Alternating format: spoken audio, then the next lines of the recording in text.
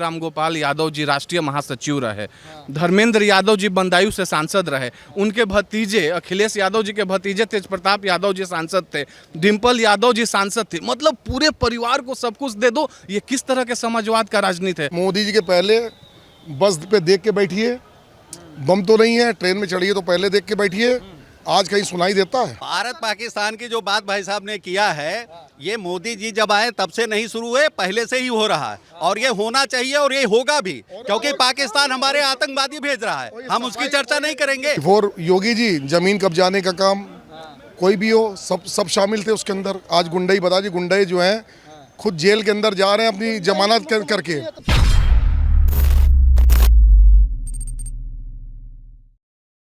हमारा नाम रामा यादव। आप भी समर्थन मतलब समाजवादी पार्टी का करते जी हैं? जी जी तो मतलब जो स्थिति आज बनी हुई है, ये जो वोट बैंक जो है, माने चाहे ना माने, मगर एक तरफ है कि ब्राह्मण का वोट जहाँ जाता है सत्ता उसी की बनती है। पिछली बार आपसे ब्राह्मण वोट नाराज हो गया था, तो कैसे आप लोग लेके आएंगे? देखिए, व्यक्तिगत आप जैसे ब्राह्मण समाज की आप बात कर रहे हो, अभी हमारे साथी ने कहा कि वोट की बात ही नहीं है। ब्राह्मण समाजवादी पार्टी ब्राह्मण के लिए जनेश्वर मिश्रा जी, मुलायम सिंह यादव जी से भी बड़े नेता थे। बड़े नेता थे, एकदम बड़े नेता मैं मानता हूं उनको। उन्होंने समाजवादी पार्टी को तैयार, जब मजबूती नींव जो थी जनेश्वर मिश्रा ने बनाई थी। ये पार्टी किसी एक व्यक्ति की नहीं है, ये समाजवादी, ये ब्राह्मण की पार्टी, हर समाज की पार्टी है। कोई विशेष ये जो बात होती है आजकल, ये बहुत अच्छी बात नहीं है। ब्राह्मण वोट, केवल वोट से मतलब नहीं है। ब्राह्मण जो इन्होंने कहा हमारा परिवार है, शुरू से समाजवादी पार्टी के साथ ब्राह्मण रहा है, साथ दिया है। किस कारण में क्यों नाराज हो गए? देखिए, ये उत्तर प्रदेश है, हमारे अखिलेश यादव विकास किए। आप भी नौजवान हो, आपकी उम्र अभी एकदम, आप भी नौकरी ढूंढे होंगे, जरूर ढूंढे होंगे, लेकिन मैं पक्का उम्मीद करता हूं आपसे कि आप पाए नहीं होंगे इस सब योगी आदित्यनाथ की सरकार में। मैं इतना देर से भाई साहब लोग का बात सुन रहा था।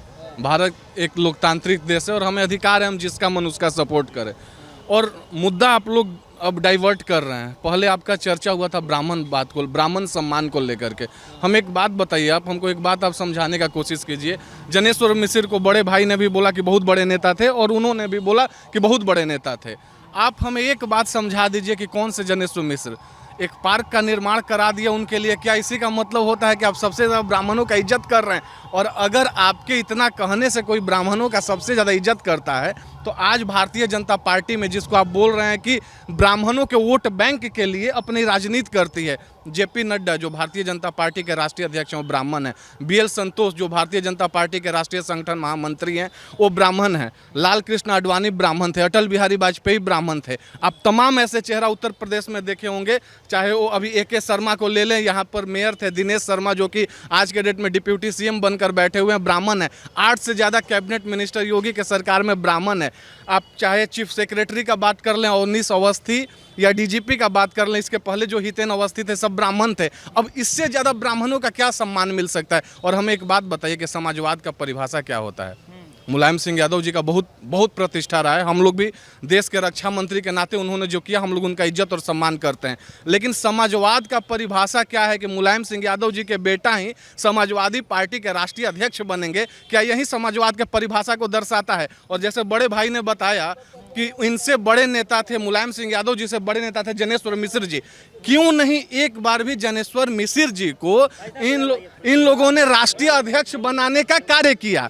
एक बार भी अगर राष्ट्रीय अध्यक्ष उनको बनाए रहते तो हमें ये एहसास होता कि नहीं है। लेकिन पार्टी में रामगोपाल यादव जी राष्ट्रीय महासचिव रहे, धर्मेंद्र यादव जी बंदायूं से सांसद रहे, उनके भतीजे अखिलेश यादव जी के भतीजे तेज प्रताप यादव जी सांसद थे, डिम्पल यादव जी सांसद थे। मतलब पूरे परिवार को सब कुछ दे दो, ये किस तरह के समाजवाद का राजनीति है? और अगर इसी तरह के समाजवाद की राजनीति चलेगी तो हम भाइयों से भी अपील करना चाहेंगे कि लोकतांत्रिक व्यवस्था में अगर आप भी राजनीति करना चाहते हैं तो कहीं ना कहीं आपका भी सपना होगा कि आने वाले समय में हम आकर देश के लोकतांत्रिक व्यवस्था को सुदृढ़ करें, देश के संवैधानिक व्यवस्था को सुदृढ़ करें, और देश में जो भी कमी है उसको हम आगे ले जाने का कार्य करें। देश को पीछे से नहीं, हम आगे से सपोर्ट करने का कार्य करें। फिर नौकरी की चर्चा हो रही थी। आज out of 29 states Uttar Pradesh एकमात्र ऐसा स्टेट है कि ये कोविड पैंडेमिक के बावजूद भी 4 लाख से ज़्यादा सरकारी नौकरियां आपकी इस उत्तर प्रदेश में दी गई है। ईज ऑफ डूइंग बिजनेस का अगर हम चर्चा करते हैं तो देश में दूसरे नंबर पर उत्तर प्रदेश है। कानून व्यवस्था का अगर हम चर्चा करते हैं तो उत्तर प्रदेश देश में नंबर 1 पर है। अगर फेवरेट डेस्टिनेशन है किसी भी बिजनेसमैन का, उसमें उत्तर प्रदेश नंबर 1 पर है। 2017 से पहले यहाँ पर क्या स्थिति थी कानून की और आज क्या स्थिति है, ना वो आप हमसे छुपी है, ना आपसे पत्रकार महोदय छुपी है, ना किसी भाइयों से छुपी है। तो मैं आपको बता देता हूँ परिवारवाद भारतीय जनता पार्टी में कौन सा है। देश के प्रधानमंत्री मोदी, वो प्रधानमंत्री, लोकतंत्र की बात करेंगे तो अमित शाह जो है उनके छोटे भाई, वो 2 से 3 बार लगातार जो है राष्ट्रीय अध्यक्ष रहे। उनके भतीजे मोदी जी के एक मिनट आप नहीं माइक भी पकड़ेंगे। भारतीय जनता पार्टी के संविधान ये नहीं समझते ना। 2 बार से ज्यादा कोई राष्ट्रीय अध्यक्ष अरे बन ही नहीं यार सकता। एक आप लोग चुप। आप ये क्या है, आप समाजवादियों का इतिहास रहा है। लखनऊ जो है तहजीब के लिए जाना जाता है। यहाँ जो भी पत्रकार आता है भाजपा ही सुन नहीं पाते, माइक खींचने लगते हैं। महिलाएं आती हैं पत्रकार, उनसे बदतमीजी करने लगते हैं। मैं बता रहा हूँ ना, इनका कल्चर बता रहा हूँ। ये कपटी लोग कैसे ढोंग करते हैं आपको मैं बता रहा हूँ। फिर भतीजे अमित शाह के सुपुत्र वो BCCI के सचिव बन गए, ठीक है। और भी बहुत सारे लोग हैं, अनुराग ठाकुर को उठा के देख लिए, कितने भी लोगों को देख लीजिए। भारतीय जनता पार्टी ये सब बातें न करे, रोजगार इनका ठप है। नहीं, मैं हर एक बात का ठीक है भाई साहब का बिल्कुल जब हम लखनऊ का चर्चा करते हैं तो लखनऊ बड़े अदब वालों का शहर रहा है और हम उसका सम्मान करते हैं। हम बार बार इनको बड़े भाई बोल रहे हैं, उनको बड़े भाई बोल रहे हैं। लेकिन मैं एक बात बताना चाहता हूं जिस विषय का इन्होंने चर्चा किया। देखिए, अगर डिबेट पॉइंट टू पॉइंट होता है तो फिर उस डिबेट का मजा होता है। आपने बोला अमित शाह 2 से 3 बार राष्ट्रीय अध्यक्ष रहे, लेकिन हम आपको बताना चाहते हैं कि भारतीय जनता पार्टी का जो संविधान है उसके अनुसार कोई भी व्यक्ति, ये किसी एक व्यक्ति का पार्टी नहीं है। राजनाथ सिंह भी 2 बार रहे हैं, नितिन गडकरी भी 2 टर्म सर्व किए हैं। तो मैं एक बात बताना चाहता हूं कि 2 बार से ज्यादा कोई रह ही नहीं सकता है, तो 3 बार और चौथा बार का चर्चा ही नहीं है। दूसरा बात, अगर अमित शाह के बेटे BCCI के सेक्रेटरी हैं तो अगर अमित शाह के बेटे BCCI के सेक्रेटरी हैं तो BCCI इंडियन गवर्नमेंट की गवर्निंग बॉडी और गवर्निंग काउंसिल नहीं है। BCCI एक इंडिविजुअल ऑर्गेनाइजेशन है जिसका प्रेसिडेंट तय करता है कि कौन कहां पर बैठेगा। वो ना कहीं से MLA हैं, ना कहीं से MP हैं, तो इस बारे में हम चर्चा ही नहीं कर सकते। इनका बात यहाँ पर खत्म होता है। तीसरा बात मैं इनसे बता रहा हूँ, बहुत अच्छा इन्होंने बात बोला आगरा और लखनऊ एक्सप्रेसवे का। मैं भी मानता हूँ कि ठीक है कुछ काम ऐसा हुआ था, लेकिन जब आप आगरा लखनऊ एक्सप्रेसवे का बात करते हैं तो आप जेवर जैसे इंटरनेशनल एयरपोर्ट के बारे में चर्चा करना क्यों भूल जाते हैं? आप कुशीनगर एयरपोर्ट के बारे में चर्चा करना क्यों भूल जाते हैं? आप कुशीनगर का उद्घाटन होने जा रहा है अगस्त में, आप बुंदेलखंड लिंक एक्सप्रेसवे का चर्चा क्यों नहीं करते हैं? आप पूर्वांचल एक्सप्रेसवे का चर्चा क्यों नहीं करते हैं? आप गंगा लिंक एक्सप्रेसवे का चर्चा क्यों नहीं करते हैं? अगर आप चर्चा करना चाह रहे हैं, आप बता रहे हैं कि बिजनेस समिट में किसी ने कुछ नहीं किया। बिजनेस समिट में एक ऐसे बिजनेसमैन थे जो सोच कर आए थे कि 2000 करोड़ 2500 करोड़ रुपया लगाएंगे, लेकिन मैं 2017-18 के बाद का जो पहला बिजनेस समिट हुआ था उसका चर्चा करना चाहता हूं।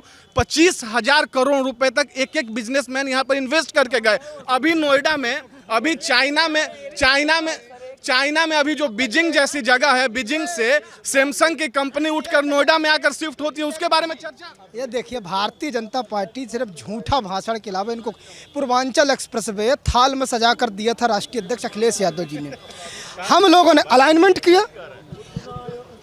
किया, जमीन अधिग्रहण करके दिया। एक जमीन अधिग्रहण में आगरा लखनऊ एक्सप्रेसवे जितना पूर्वांचल किया, पूरे इंडिया में ये बात मैसेज होना चाहिए, कोई किसान आंदोलन नहीं किया, एक किसान आंदोलन नहीं किया, ठीक है ना। भारतीय जनता पार्टी झूठ बोलती है। आप मुझे बताइए। एक सवाल मेरा भी है। आज से 9 साल पहले हाई कोर्ट ने सपा सरकार को फटकार लगाते हुए कहा था कि आप आतंकवादियों को पद्म भूषण क्यों नहीं दे देते। ये चीज़ हुई थी कैंट ब्लास्ट में, जो आतंकवादी जो पकड़े गए थे उनको छुड़वाने के लिए याचिका डाली गई थी और उसमें सपा सरकार को हाई कोर्ट कहता है कि आप पद्म भूषण दे दीजिए। और अभी पाकिस्तान जिंदाबाद के नारे, देखिए पाकिस्तान जिंदाबाद के जो नारे वाला आगरा का प्रकरण है उसको दैनिक जागरण छाप चुका है। भारतीय जनता पार्टी कार्यकर्ता कार्यकर्ता है अजीत सिंह, हमारे जिला अध्यक्ष। देखिए ये ढोंग की राजनीति साल करते हैं। पहले हुआ है और दिल्ली हाई ये जो नहीं आप लोगों का नहीं, अब फालतू बात हम नहीं करेंगे। सिंह सिरसा ने उसे बचाने का कार्य किया। नहीं, चर्चा हर एक मुद्दा पर होना चाहिए। अगर आप चर्चा हाँ बताइए। जो मैं पूछ रहा आप हूँ don't इलाहाबाद हाई कोर्ट ने जो आप फटकार लगाई थी, आतंकवादियों को छुड़ाने की क्यों जरूरत पड़ गई थी? देखिए वो संज्ञान में हमारे नहीं है, नहीं है सर, मैं आपको वो मेरे संग सुनिए मेरी एक मिनट सुनिए। आतंकवाद दूर का चीज, आप मुख्तार अंसारी जैसे क्रिमिनल का चर्चा कीजिए ना, जिस पर कि अगर शैलेंद्र सिंह डीएसपी थे जिन्होंने उस पर पहला बार पोटा लगाने का कार्य किया था, उसके साथ क्या हुआ था? आप उसके बारे में चर्चा करें। भाई साहब 9 साल पहले, आज से 9 साल पहले मैं पढ़ रहा था एक आर्टिकल, अभी भी पढ़ा हुआ है, दैनिक जागरण का ये आर्टिकल है। आज से 9 साल पहले इलाहाबाद हाई कोर्ट ने फटकार लगाई थी सपा सरकार को। जो कंटेनमेंट में जो बम ब्लास्ट हुआ था, उसको लेके जो आतंकी पकड़े गए थे, उनको छुड़ाने के लिए याचिका डाली गई थी और हाई कोर्ट ने कहा था कि आप पद्म भूषण दे दीजिए आतंकवादियों को। तो ये क्यों जरूरत पड़ जाती है आतंकवादियों को? सुनिए साहब, देखिए हम एक नॉर्मल आदमी है, सुनिए ना, हमारा पॉलिटिक्स से लेना देना ना कुछ है।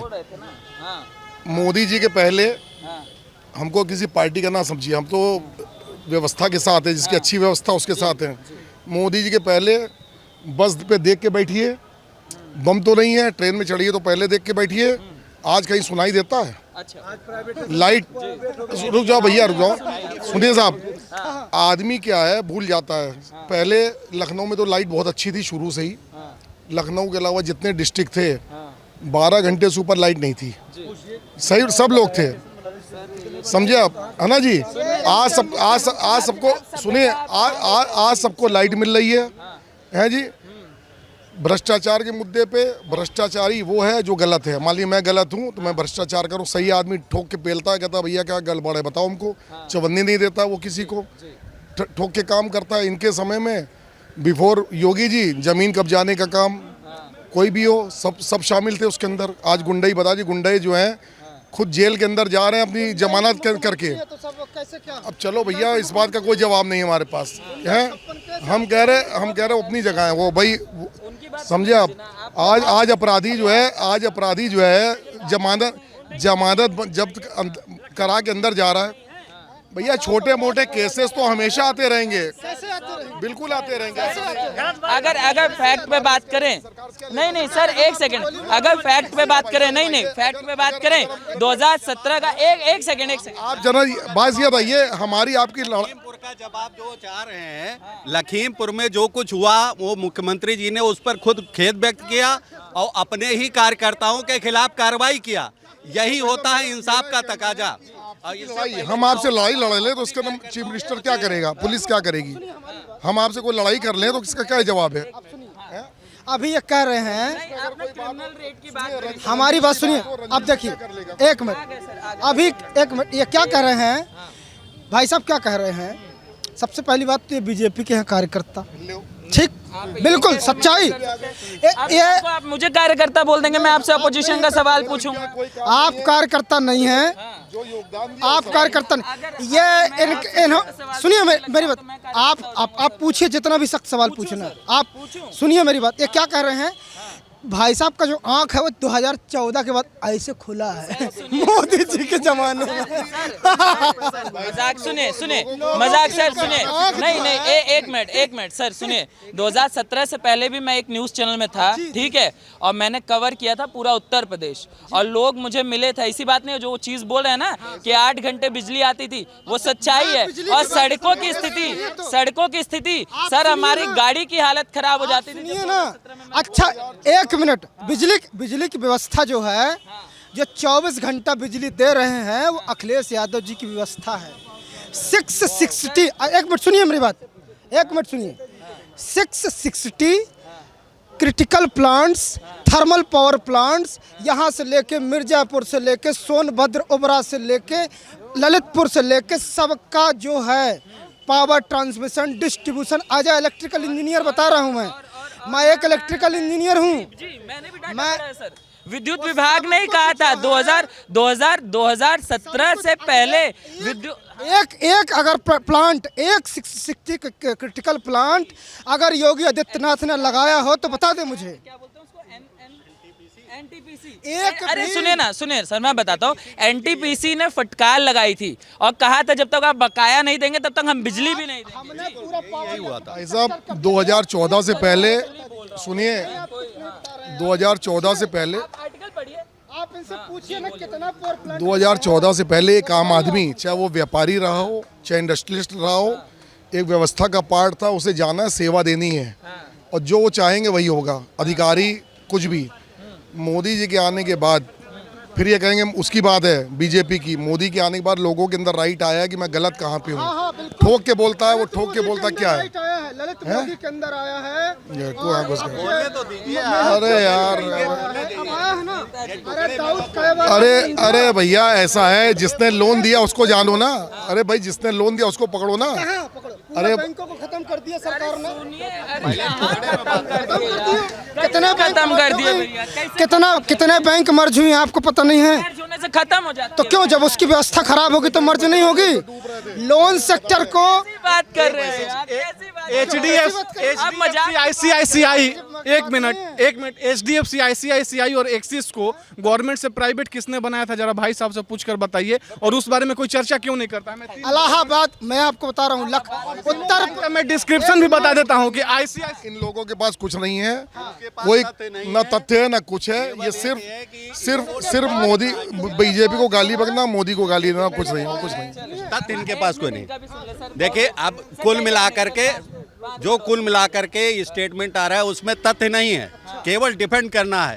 नहीं, सही है कि जो सड़कों का जाल इस 5 साल में योगी के सरकार में और मोदी के सरकार में बिछा है, वो इससे पहले केवल एक सड़क की चर्चा होती थी, आगरा एक्सप्रेस वे। उसके बदले 3-4 एक्सप्रेस वे बन रहे हैं, कुछ बन चुके हैं, उसकी चर्चा नहीं हो रही है।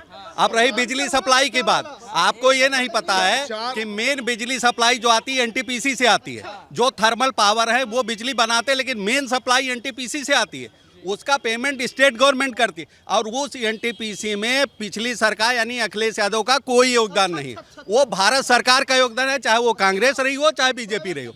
तो ये कुल मिला के ये कहना कि 2014 से पहले बिजली मिलती थी और वो जो है सारा अखिलेश यादव जी ने पूरा किया है, ये पूरी तरह से गलत है, क्योंकि उसमें एनटीपीसी का। अरे भाई कौन मना कर रहा है? अरे भाई अखिलेश यादव को कौन मना कर रहा है? उन्होंने जो एक्सप्रेस वे दिया बहुत अच्छी चीज़ दी, मेट्रो दी बहुत अच्छी चीज़ दी, हमारे यहाँ स्टेडियम दिया बहुत अच्छी चीज़ दी। हम ये कहेंगे ग्वालियर ऐसी छोटी जगह में, धर्मशाला ऐसी छोटी जगह में क्रिकेट मैच होता था, हमारे यूपी में नहीं होता था।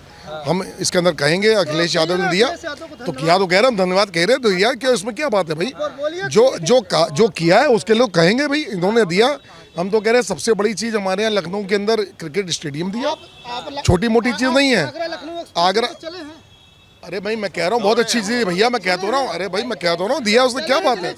अरे क्यों नहीं चले हैं भाई? बहुत यार वोट, अरे आप विकास की राजनीति कीजिए। 2017 से पहले आ चुका था आगरा लखनऊ एक्सप्रेसवे, क्यों मतलब आप इतना विकास करने के बाद भी मुंह के बल गिर गए? 200 से अधिक सीटें होने के बाद आप सुनिए, देश का जब प्रधानमंत्री पाकिस्तान, हिंदुस्तान, जब देश का प्रधानमंत्री, आप सुनिए मेरी बात, जब देश का प्रधानमंत्री जो सबसे बड़े पद पर है वो पाकिस्तान, हिंदुस्तान, रमजान, दिवाली करेगा तब तो ऐसा होगा। और मुख्यमंत्री आतंकवादियों को छुड़ाने के लिए पिटीशन डालेगा तब नहीं, सब फालतू की बात है, सब फालतू की बात है। करना पड़ेगा ना। जब कब्रिस्तानों की घेराबंदी के लिए आप 6-6 हजार करोड़ रुपया देंगे, बकरीद और ईद में आप 24 घंटे लाइट देंगे, लेकिन अभी कोई चर्चा कर रहा था देवी पाटन मंडल में उतना प्रसिद्ध देवी पाटन का मंदिर है, वहां पे 4 घंटा लाइट का व्यवस्था नवरात्रि में नहीं करेंगे, तो बिल्कुल वहां पर चर्चा करना पड़ेगा। आप कार सेवकों पर गोली चलवाएंगे, आप उसके साथ आकर सामने खड़ा होंगे, जो सुप्रीम कोर्ट और हाई कोर्ट में जाकर रीट अपील करता है, चाहे वो कपिल सिब्बल हो या इलाहाबाद हाई कोर्ट का कोई इंसान हो, तो उसके साथ आप अपना गठबंधन इसलिए बनाएंगे वोट बैंक की पॉलिटिक्स के लिए, लेकिन दूसरा कोई राम मंदिर का नहीं। भारत पाकिस्तान की जो बात भाई साहब ने किया है, ये मोदी जी जब आए तब से नहीं शुरू हुए, पहले से ही हो रहा है और ये होना चाहिए और ये होगा भी, क्योंकि पाकिस्तान हमारे आतंकवादी भेज रहा है, हम उसकी चर्चा नहीं करेंगे।